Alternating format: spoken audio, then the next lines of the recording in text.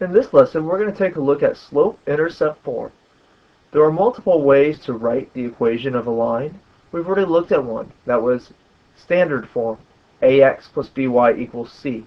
When you had standard form, we chose to use x and y intercepts to make that version of graphing easier.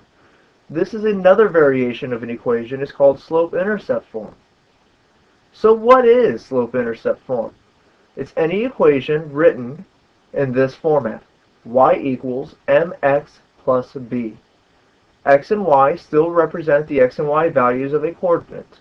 So what's new here is m and b. These parameters each have a very specific meaning. M is the slope. We've spent the greater part of the last week discussing slope and the various ways to find it, all of which to prepare you for this. Slope is m, so anytime we find the slope, that becomes the coefficient of this x term. Remember, slope is rise over run, so it would not be uncommon to see a fraction written in here, and that's totally okay. The parameter b represents the y-intercept. We discussed the intercept back when we did standard form. The y-intercept is a coordinate written as 0, b. This ensures that this point lies on the y-axis. So this is where your line crosses the y-axis.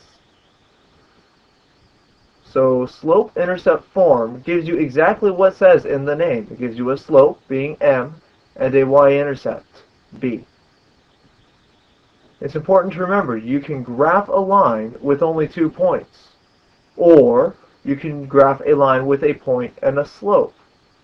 You plot your point, use the slope to find a second point, and then you could draw your line. And that's what we're going to take a look at. But first, let's talk about how to gather information from the equation. We need to identify the important information before we can use it. And that's what this problem is going to ask us to do. Identify the slope and y-intercept from the equation. Y equals negative 4/17 x plus 8. The slope, if you recall, mx plus b, mx is the coefficient, negative 4/17. So this slope would say you go down 4 units over 17 units. You're going over a lot more than you're going down, so this line's going to be pretty flat. Your slope is negative 4/17. The y-intercept, the place where your line crosses the y-axis, is located at 0, some y value. Recall that is b. That's the last number. That's the constant in this equation. So 8 is your y-intercept. Let's take a look at another one. This is a problem I find oftentimes gives students a problem. It gives them a hard time because there's a lack of information in this equation. Y equals x. What's the slope? What's the number in front of x? What's the intercept? What's being added at the end? That's the question that gets people stuck. Remember, we're taking a look at one x. There is an x. There's one x. And we're adding nothing to the equation. We're adding 0. So from here, we can see our slope is 1. And our y-intercept is 0. That is the origin, 0, 0. Now that we're able to pull the information out of slope-intercept form, figure out what's pertinent, we can use that to graph a line.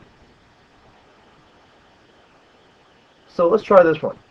Graph the line using the slope and the y-intercept from the equation.